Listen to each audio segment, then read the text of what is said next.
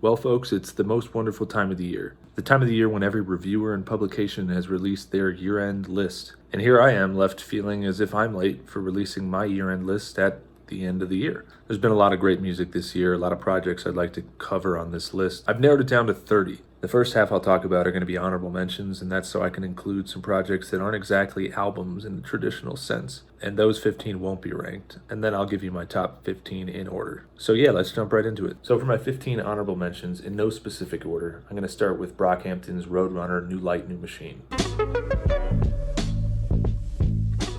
It's not my favorite record from them, but it's very polished, and it sounds like they're nearing the end of their life cycle as a group, and I think this is a great entry to kind of close things out. Next, I'll say Turning Wheel from Spelling.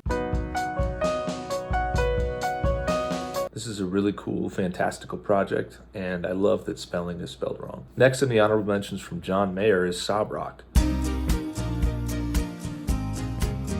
I think he did a really good job inhabiting a specific time and headspace with this album, so good on you, Mr. Mayer. Next one might be a little controversial, but Lord Solar Power. Am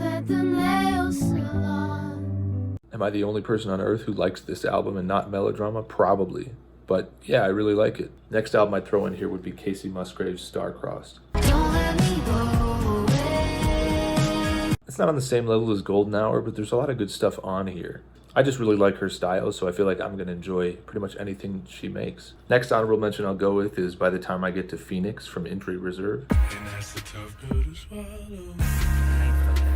Very unique, glitchy project from these guys. Definitely fallen into a more specific sound than before. I like where they're going. I like this a lot. I can't wait to see what they come up with next. The next one I'll mention, it's two projects, but it's West Side Gun's Hitler Wears Hermes 8, sides A and B.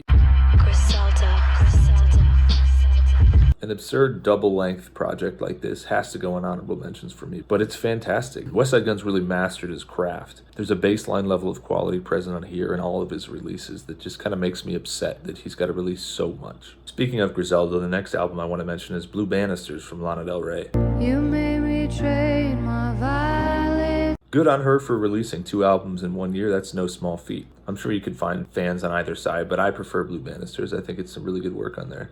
Next up, we've got an EP, and it's the aptly titled Our Extended Play from Biba Doobie. It feels appropriate for me to put EPs in honorable mentions, and this is one of my favorites of the year. It's short, sweet, and highly addictive. Check it out if you haven't. I actually realized in post that I forgot one of my honorable mentions, and that would be Czarface and MF Doom's Super What? Okay.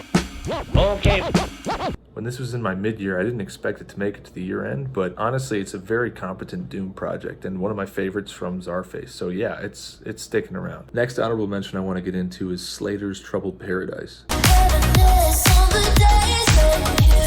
There's a lot of interesting hyper-pop aspects to this album, but at the end of the day, it's just really danceable, really good music. Next up would be Book of Changes from Novelist and Dixon Hill.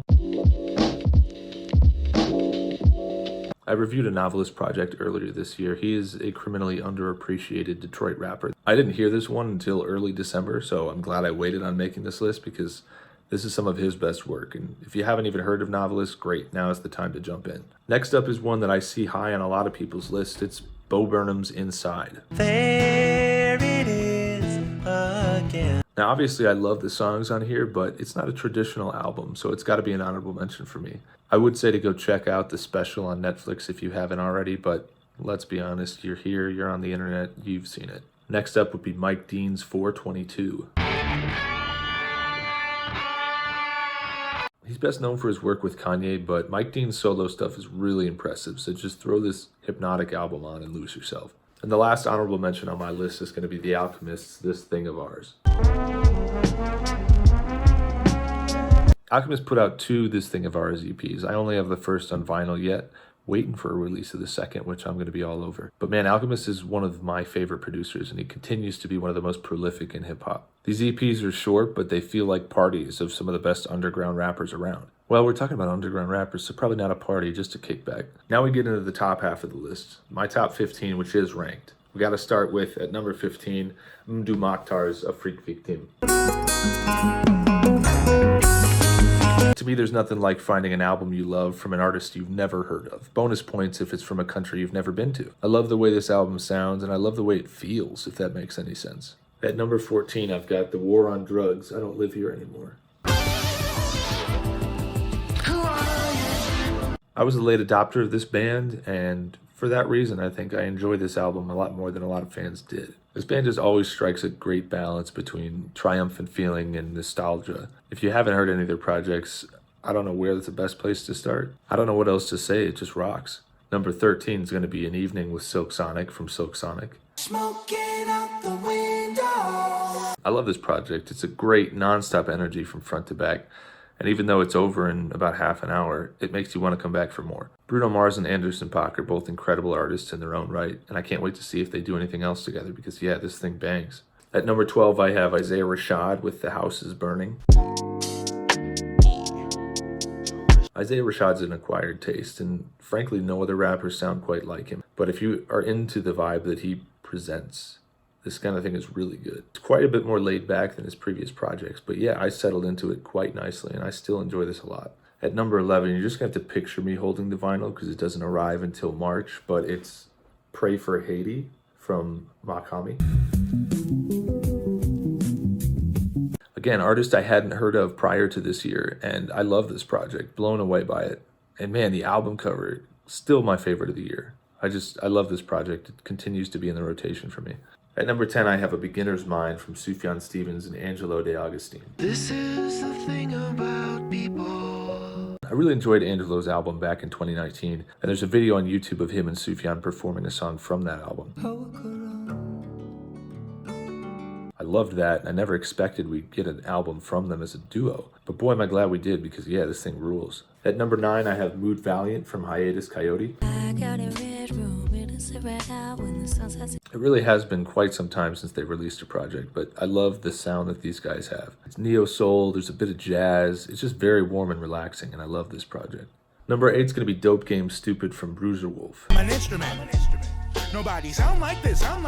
Bruiser Wolf, of course, is on Bruiser Brigade, Danny Brown's label. And those guys released a bunch of albums this year, all of which were pretty good. But nothing stood out to me like Dope Game Stupid. Bruiser Wolf is right in that nobody sounds quite like him. It's a super unique style of rapping that can be jarring at first, but once you get into it, man, his one-liners are unmatched. At number 7, I have the self-titled album from Laura Stevenson.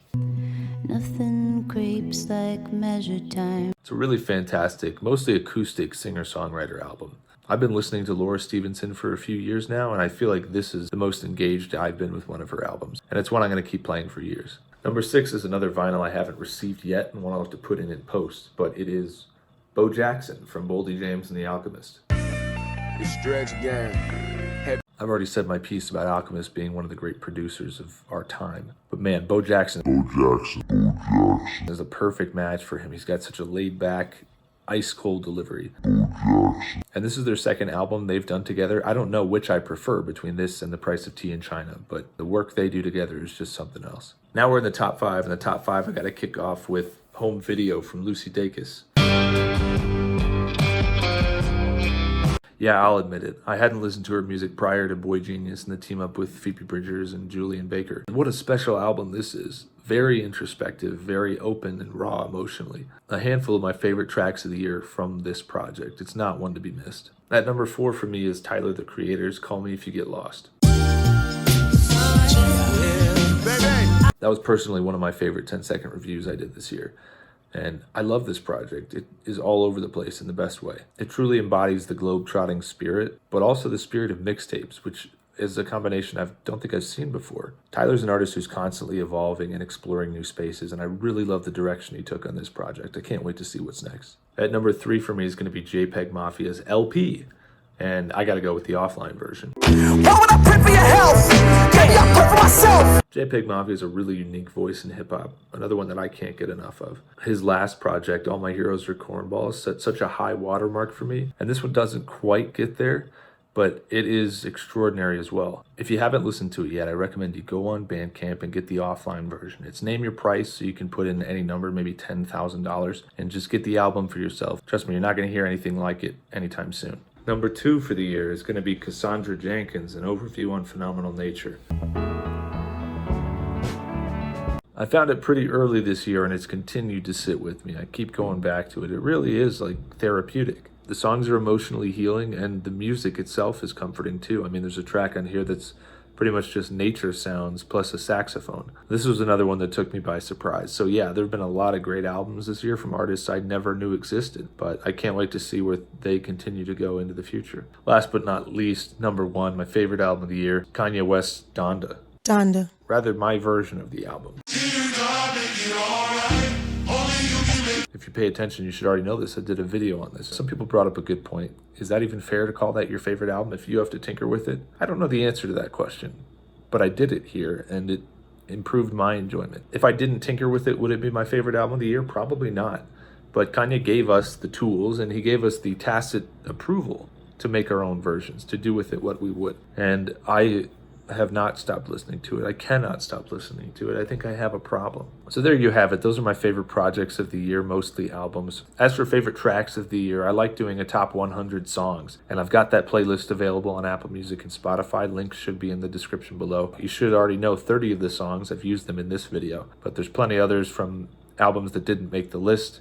A lot of great music, and I hope you guys have a chance to check that out and let me know what you do enjoy. I'd love to hear from you. What were your favorite albums of the year? What really moved you this year? It's crazy to think that I didn't even have this channel a year ago. 12 months ago, I didn't even exist. And now there's tens of thousands of you who are watching this. And it's really cool.